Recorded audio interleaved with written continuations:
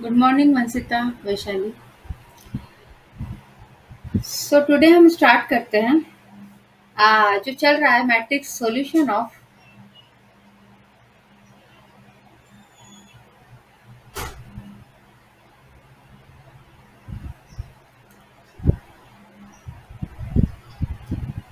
System of equation using matrix. तो इसमें हमने कुछ प्रॉपर्टीज पढ़ी डिटर्मिनेंट्स की। तो उसमें जो डिटर्मिनेंट की प्रॉपर्टीज है उसे हम इसमें यूज करेंगे। डिटर्मिनेंट की प्रॉपर्टीज हमने क्या पढ़ी थी? हमने फर्स्ट जो प्रॉपर्टीज पढ़ी उसमें सबसे इम्पोर्टेंट प्रॉपर्टी आपकी क्या है कि if we change any row with any row, ठीक है ना। If we subtract any row in any row R1 minus के R2, सो इस केस में आपका डिटर्मिनेंट विल नॉट चेंज।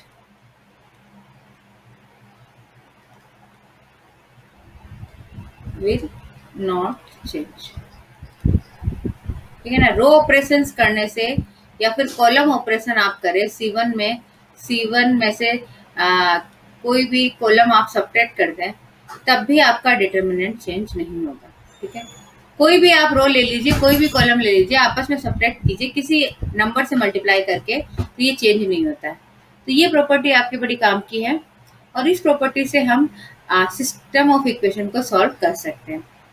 अब ये कैसे सॉल्व करते हैं, आपको ये मतलब समझ में आ गया होगा क्या करना होता है। इसमें आपको जो है, जैसे ही आपको मैट्रिक्स दे रखा है, सपोज 3 2 5, ठीक है। यहाँ पे दे रखा है 3 6 5 और ये सपोज दे रखा है 6 2 4, ठीक है। ये आपको मैट्रिक्स दे रखा है और आपको फाइंड आउट करना है इसका डिटर्मिनेंट। तो हम क्या करेंगे, डिटर्मिनेंट में ऑपरेशंस लगा सकते हैं। डिटर्मिनेंट इसका क्या हुआ, 3 2 5 3 6 5 6 2 4। अब हम क्या करते हैं, R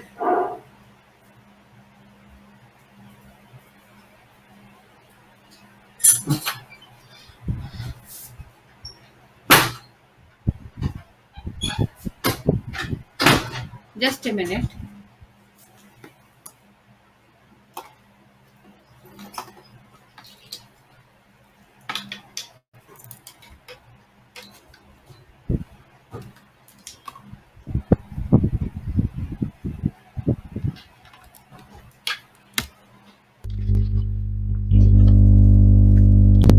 हेलो, अब वॉइस क्लियर है?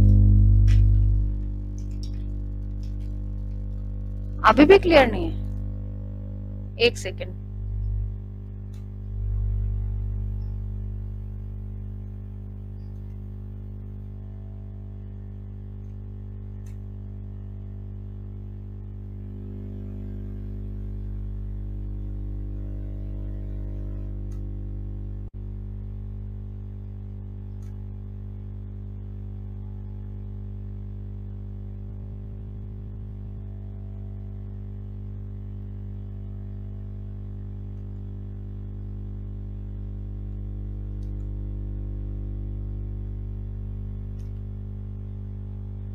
मैं इनपुट डिवाइस जो है उसको चेंज करने की कोशिश कर रही हूँ।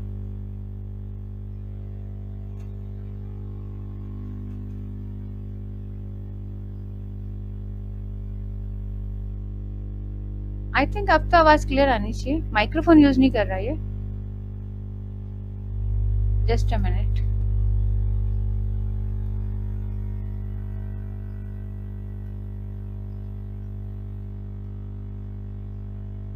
किसी को भी आवाज क्लियर नहीं आ रही क्या?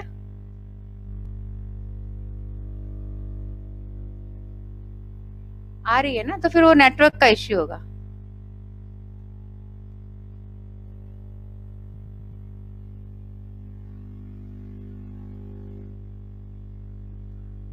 आई थिंक नेटवर्क इश्यू होगा।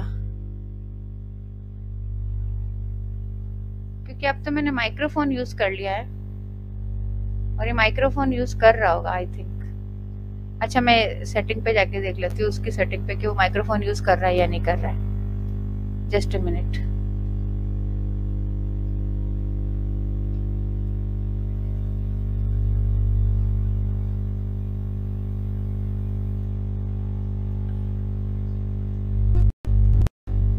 हेलो, अब आवाज क्लियर आ रही है?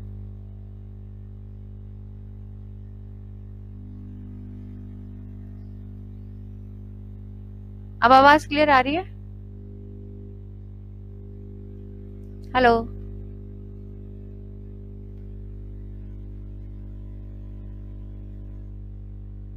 क्या इश्यू है? कुछ को आ रही है और कुछ को नहीं आ रही है। आप ऐसे लिखिए वॉइस इज क्लियर और वॉइस इज नॉट क्लियर, तब मुझे पता चलेगा। अब यस और नो में मैं समझ नहीं पा रही।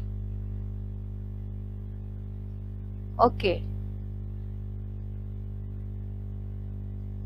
ओके, ठीक है। फिर क्या इश्यू है? फिर तो कोई नेट का इश्यू होगा। चलिए, तो फिर हम अपनी क्लास पे चलते हैं।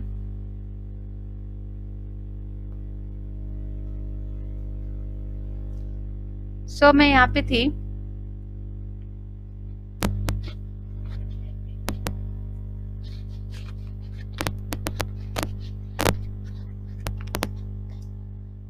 क्या लिख रहे थे हम लोग कि जो है ए, अब आप मैं इस पे ऑपरेशन करना चाहते हैं। क्या ऑपरेशन करती हूँ मैं लिखती हूँ R2 को चेंज कर देती हूँ R2 माइनस R1 से, ठीक है, और R3 को चेंज कर देती हूँ 2R2, सॉरी 2 नहीं, R2 तो R3 तो R3 रहेगा, माइनस कर देंगे 2R1, ठीक है। इससे क्या हुआ आप देखिए, आपका R2 क्या था 365 में से 325 माइनस किया आपने, और चेंज किसको कर रहे हो? R2 को ही। ये 325 तो सेम ही रहेगा। अब 365 में आप 325 को माइनस करेंगे तो 0 4 0। इसी तरह से नीचे वाली जो रो है 624, इसमें भी 325 को माइनस करेंगे तो 3 0 एंड -1। ओके, अब डिटरमिनेंट क्या हो गया? अब आपके लिए डिटरमिनेंट बहुत आसान हो गया। अच्छा सॉरी,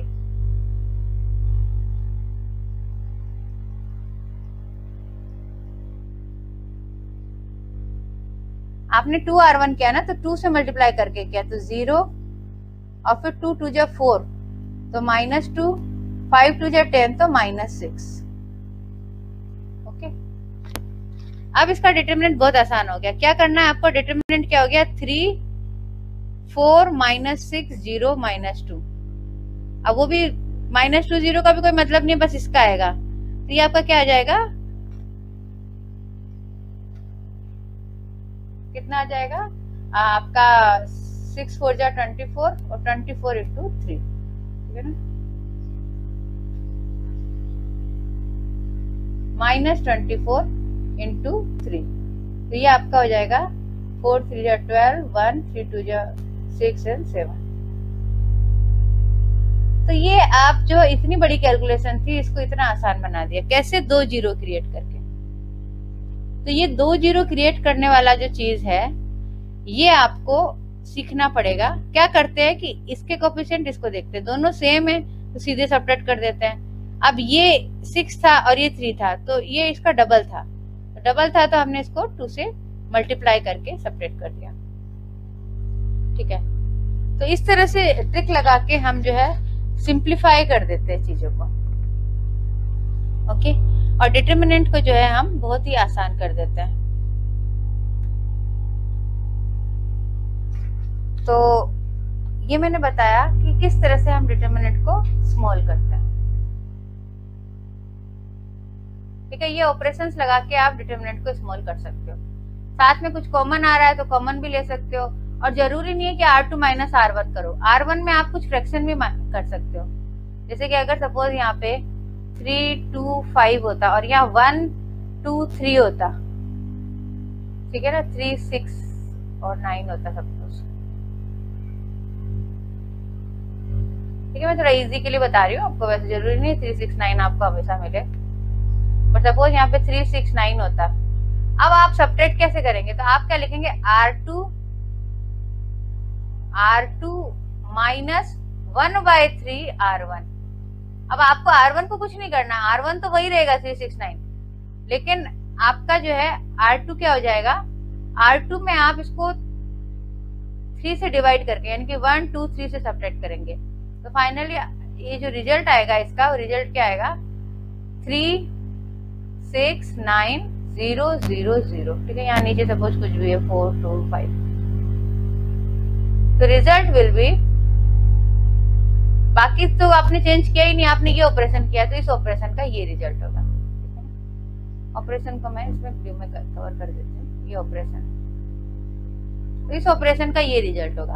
और आपको ये प्रॉपर्टी मालूम होनी चाहिए कि 0 0 0 अगर किसी भी रो में आ जाए तो आंसर क्या होता है उसका, 0। ठीक है ना, इफ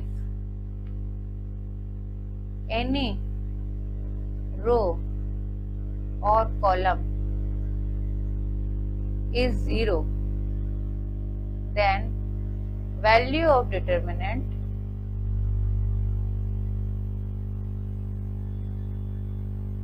is 0। इसीलिए जो है, जब मैंने आपसे कहा था कि भाई सेम रो और कॉलम आ जाए, जैसे मैंने लिखा यहाँ 1 2 3 1 2 3 4 5 6, तो इसका डिटरमिनेंट वैल्यू 0 होगी। क्यों, क्योंकि आप इसमें माइनस कर दीजिए R2 को या R1 को, आप सब्ट्रैक्ट करिए, तो आपको क्या मिल जाएगा, 1 2 3 0 0 0। ठीक है, 4 5 6। अब इसी तरीके से आपका अगर यहाँ सपोज डबल होता 1 2 3 2 4 6 4 5 6, तो इस केस में आप क्या करते, R2 को सब्ट्रैक्ट कर देते R2 माइनस 2 R1 से, तब भी आपको क्या मिल जाता, 0। एक लाइन, एक रो पूरी 0 हो जाती, तब भी आपका जो है यही वाला रिजल्ट आ जाता। तो इसलिए डिटरमिनेंट में आप जो है ये सब्ट्रैक्ट वाला जो काम है वो हमेशा कर सकते हैं। ठीक है ना, you can subtract from any row from any row. ठीक है ना, किसी भी रो को किसी भी रो से आप सब्ट्रैक्ट कर सकते हैं, और जिस रो से सब्ट्रैक्ट कर रहे हो उसमें कुछ भी मल्टीप्लाई कर सकते हो। तो इससे आप जैसे क्वेश्चंस को काफी सिंप्लीफाई कर सकते हैं। डिटरमिनेंट आपसे पूछा जाएगा तो डिटरमिनेंट काफी बड़े बड़े होंगे, उनको आपको छोटा करना हो तो ये काफी हेल्प करते हैं। ठीक है, पहले इस चीज को क्लियर कर लो कि छोटे कैसे करते हैं, फिर उसके बाद आगे की बातें करेंगे। जैसे आपने कोई एक डिटरमिनेंट दिया, सपोज 49 50 51 52 53 54 56 57 58। ठीक है, और आपको कहा कि फाइंड द आंसर। ओके, तो हम एटलीस्ट इसको छोटा तो कर ही सकते हैं ना। हम इसको क्या लिखेंगे, वी कैन चेंज, इसको हम क्या लिख सकते हैं, आप करेंगे R2 माइनस R1। ठीक है, and R3 minus R1। Okay, तो जो आपका डिटरमिनेंट है, ठीक है, इसका डिटरमिनेंट की बात कर रही हूँ मैं, तो इसका डिटरमिनेंट क्या हो जाएगा, 49 50 51। अब 52, 49 माइनस 52 क्या हो गया, 49 है और 52 है, ये सारे आपके 3 3 3, और ये नीचे वाला क्या दिख रहा है, 6 का 7 7 7। अब आप देख सकते हैं कि ये दोनों रो एग्जैक्टली सेम है। ठीक है, नहीं तो आप क्या कीजिए, कॉमन ले लीजिए। ठीक है, इसके बाद नेक्स्ट क्या होगा, 3 इंटू 7 कॉमन आ जाएगा, आपके पास बचेगा 49 50 51 1 1 1 1 1 1 is equals to 3 into 7 into 0। तो आपको तो दिखने में काफी बड़ा डिटरमिनेंट लग रहा था, लेकिन आंसर क्या है इसका, 0। तो इस तरह से आप जो है बहुत ही इजीली क्वेश्चंस को कर सकते हैं। ठीक है, अब मैं एक क्वेश्चन और देती हूँ।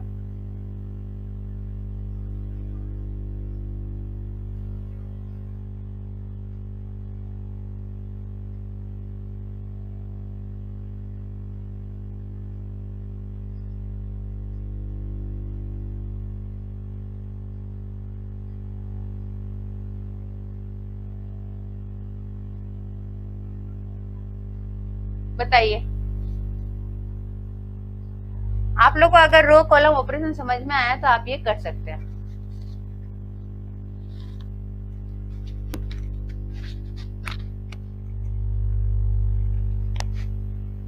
ठीक है, बताइए आप।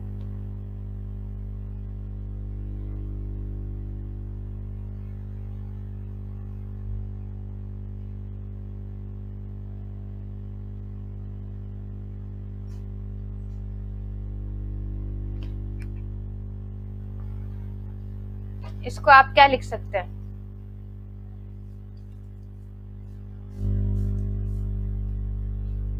What will be the determinant of A?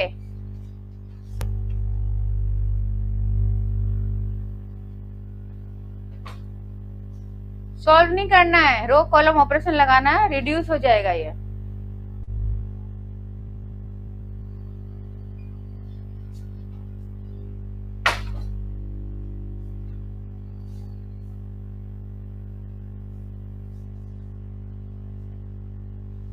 भाई सिंपली जैसे पिछली बार किया था वैसे ही कीजिए। R2 को आप रिप्लेस कीजिए R2 माइनस R1 से, एंड R3 को रिप्लेस कीजिए R3 माइनस R1 से, और फिर देखिए क्या होता है।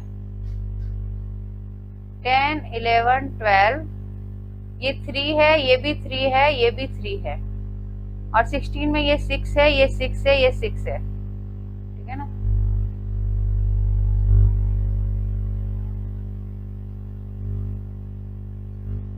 तो determinant of A is equals to this, और ये क्या आ गया? दिस इज 0, क्योंकि ये दोनों रो एग्जैक्टली सेम हो गई, दिस एंड दिस। ठीक है ना? तो इस बात का हमेशा ध्यान रखना है और उसके अकॉर्डिंग आपको क्वेश्चन करने हैं।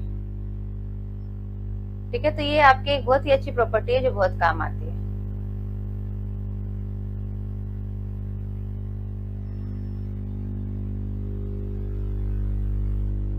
तो नेक्स्ट आप क्या लिख सकते हैं? अब और क्या बताना चाहिए मेरे को? अब आप आ जाते हैं नेक्स्ट। अब मैं बिल्कुल थोड़ा आगे टॉपिक को बढ़ाती हूँ।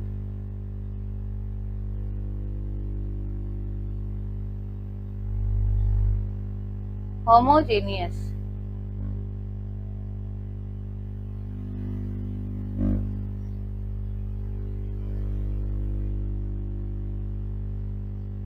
होमोजेनियस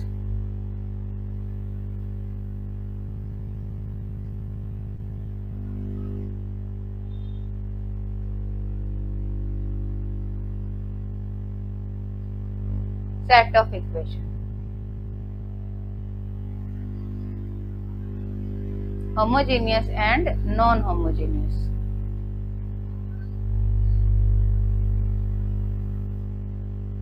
ये नेम है। अब ये किसको कहा जाता है उसके बारे में बात कर रहे हैं, क्योंकि होमोजेनियस एंड नॉन होमोजेनियस। जैसे मैंने लिखा 3x plus 2y is equal to 0। फिर मैंने लिखा 4x plus 5y is equal to 0। तो ये क्या है? अगर यहाँ पे right hand side if RHS equal to 0, ठीक है ना, then the system is called homogeneous. अब होमोजेनियस में आप देखिए, और इसी के बजाय यहाँ पे इस तरह से लिखा होता ax plus by is equal to c and a2x plus b2y is equal to c2 and c1 और c2 is not 0। Then this type of system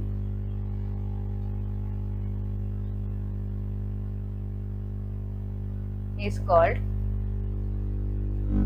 homogeneous, non-homogeneous। ठीक है ना? इस टाइप के सिस्टम में आपको आप क्या कहते हैं? Non homogeneous.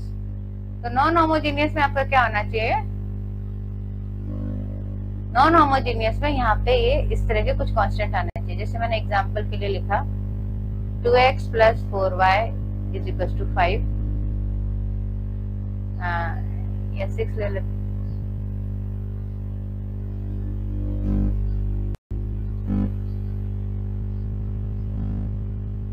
अपन ने ले लिया suppose 10 and 3x plus 5y is equal to 30। तो ये क्या है? This is example of non homogeneous. तो अब ये क्यों पढ़ते हैं? 2x प्लस 4y ये इससे क्यों पढ़ा जाता है, ऊपर वाले को क्यों पढ़ा जाता है, और उसको किस तरह से इनके सॉल्यूशन होते हैं, तो उसके बारे में आगे बात करते हैं।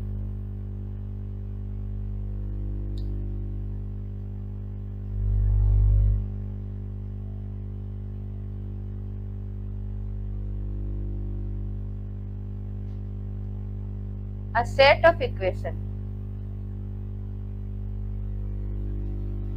non-homogeneous equation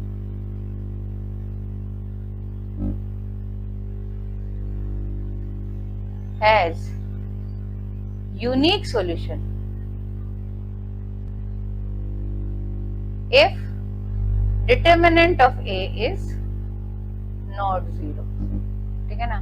यहाँ पे A x is equal to B है और B जो है वो आपका 0 नहीं है। तब उस केस में अगर डिटर्मिनेंट ऑफ A 0 नहीं हो तब आपका यूनिक सॉल्यूशन मिलता है। ठीक है, आपको 3 तरह के सॉल्यूशन मिलते हैं, यूनिक सॉल्यूशन और इनफाइनाइट मेनी सॉल्यूशन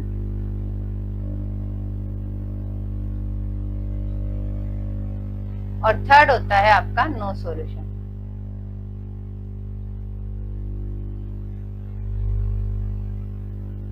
तो इसमें जो बेस्ट होता है, यूनिक सॉल्यूशन कब मिलता है? अगर आपका डिटर्मिनेंट 0 नहीं हो, और ये दोनों ही केस में डिटर्मिनेंट जो होता है वो होता है 0। ठीक है, तो अब इन दोनों में कैसे डिसाइड करें? भाई डिटर्मिनेंट 0 नहीं आ रहा है तो यूनिक सॉल्यूशन हो गया, खत्म काम। अब 0 आ गया तो ये 2 केस आ गए, तो अब इन दोनों में से कौन सा केस है उसको डिसाइड करने के लिए फिर आपको मैंने जो अभी मेथड सिखाया वो काम आता है। ठीक है, तो अभी तो पहले यूनिक सॉल्यूशन के बारे में बात कर देती हूँ, फिर उसके बाद इन दोनों को हम डिस्कस करेंगे कि इन दोनों को कैसे डिसाइड किया जाता है। ओके, तो अभी तो मैं आपके यूनिक सॉल्यूशन की बात कर लेती हूँ। यूनिक सॉल्यूशन के लिए जैसे मैंने पहले वाला जो एग्जांपल दिया था, 2x plus 4y equal to 10, 3x plus 5y equal to 30। ठीक है, इसी एग्जांपल को आप देखिए।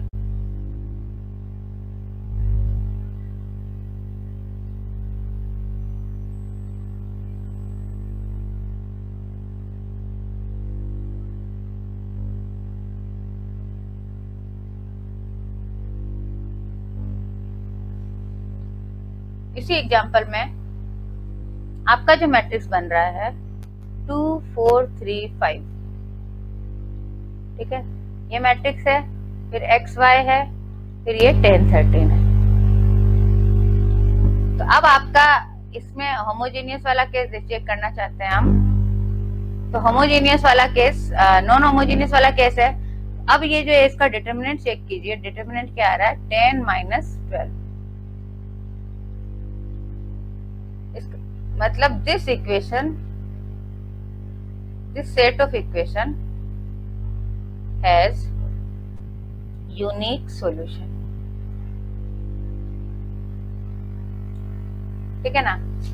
और आपने ये भी देखा होगा कि अगर हम क्रेमर रूल करते हैं तो ये रूल हर एक के लिए, 2 क्रॉस 2 नहीं, 3 क्रॉस 3, 4 क्रॉस 4 सब के लिए। आपने क्रेमर रूल जो पढ़ा था, x बराबर क्या था? del 1 अपॉन del, y बराबर del 2 upon del and z बराबर del 3 अपॉन del। तो अगर इसमें del ही 0 हो गया देन नो यूनिक सॉल्यूशन। इतना तो कंफर्म हो जाएगा कि सॉल्यूशन जो है वो यूनिक नहीं होगा। ठीक है, तो फाइनली आपका रिजल्ट क्या है कि अ सेट, ये तो होमोजेनियस नॉन होमोजेनियस के बारे में बताया, और यूनिक सॉल्यूशन का केस क्या है, ए इज नॉट जीरो। ठीक है, डिटर्मिनेंट ऑफ ए अगर नॉन जीरो होगा तभी आपको जो है सॉल्यूशन मिलता है, वरना सॉल्यूशन नहीं मिलता है। तो अब मैं एक क्वेश्चन लिख रही हूँ, आपको बताना है कि सॉल्यूशन है या नहीं है, बस इतना ही बताना है। ठीक है,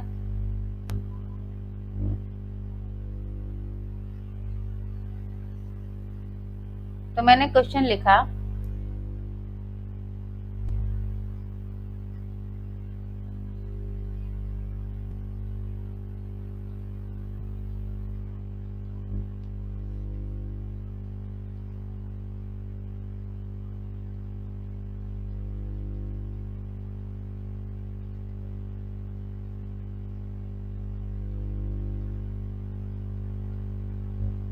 आपको बताना है कि इसका कोई सॉल्यूशन है या नहीं है। ठीक है, आपके तीन ऑप्शन है, first unique solution, second no unique solution, और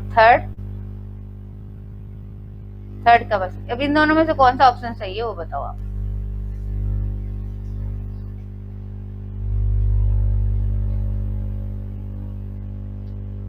यस बताइए।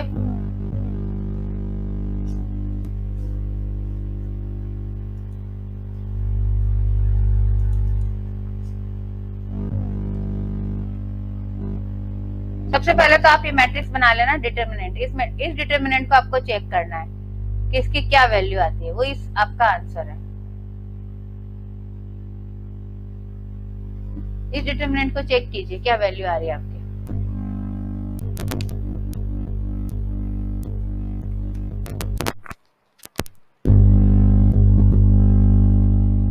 6। डिटर्मिनेंट कैसे सॉल्व किया आपने?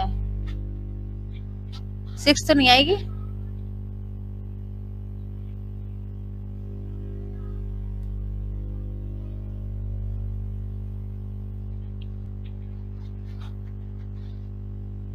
डिटर्मिनेंट देखिए सॉल्व करके ढंग से। 0, यस इट विल बी 0। कैसे आप R2 माइनस, आपको जो रो ऑपरेशन बताया मैंने वो कीजिए, आपको पता चल जाएगा। आप इस पे रो ऑपरेशन कीजिए। क्या करेंगे? R2 minus R1 and R3 minus R1, या R3 माइनस R2 पर R1 है। ठीक है, तो अब आपके पास में यहाँ क्या आएगा? 3, 4, 5। अब आप माइनस करोगे तो 1, 1, 1 और यहाँ पे आपके 2, 2, 2। तो दो रो सेम हो गई। मल्टीपल भी हो तो मल्टीपल को तो हम बाहर निकाल ही सकते हैं ना। तो 3, 4, 5, 1, 1, 1, 1, 1, 1 दैट इज इक्वल टू 0। तो डिटर्मिनेंट आपका 0 है, इसका मतलब केस क्या है? ये नो यूनिक सॉल्यूशन। ठीक है ना, केस कौन सा हो गया? No unique solution.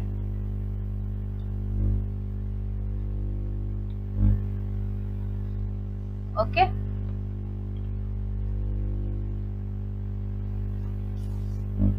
तो एक बार फिर से मैं रिवाइज करवा देती हूँ। आज इतना ही किया था शायद। इससे पहले मैंने आपको रो और कॉलम ऑपरेशंस के बारे में बताया था।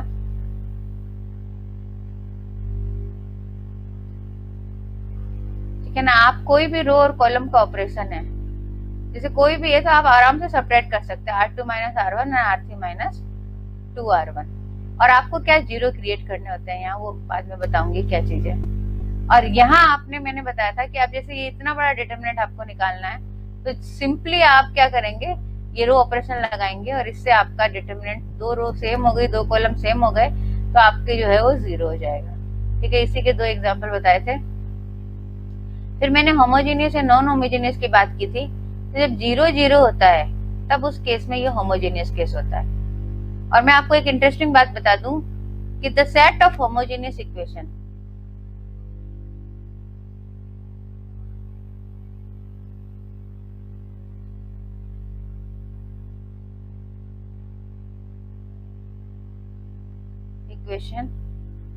Has solution. ठीक है ना, यूनिक तो होता ही नहीं है, इसके हमेशा इनफाइनाइट ही सॉल्यूशन होते हैं। है सॉल्यूशन। सॉल्यूशन इनफाइनाइट ही होते हैं इसके ऑलवेज। इफ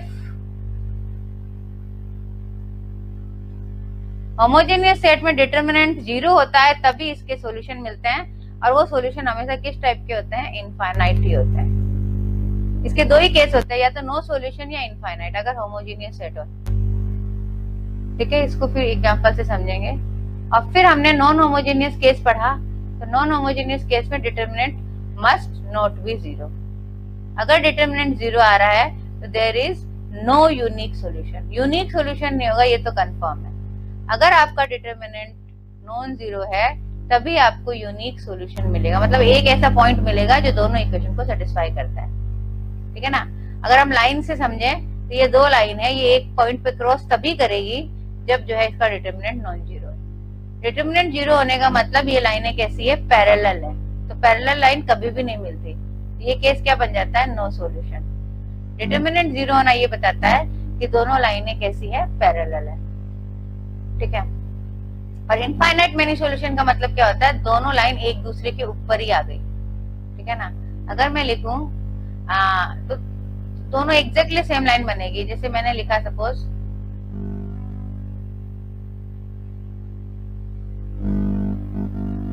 सपोज मैंने लिखा 2x plus 3y is equal to 5, और सेकेंड लिखा 2x 4x plus 6y is equal to 10। तो ये एक ही लाइन को दो लिखा है, दे आर सेम लाइन। और सेम लाइन के केस में आपका क्या होगा? Infinite many solution. जब सेम ही लाइन एक दूसरे के ऊपर ही आ गई तो ये इनफाइनाइट मेनी सॉल्यूशन का केस होगा।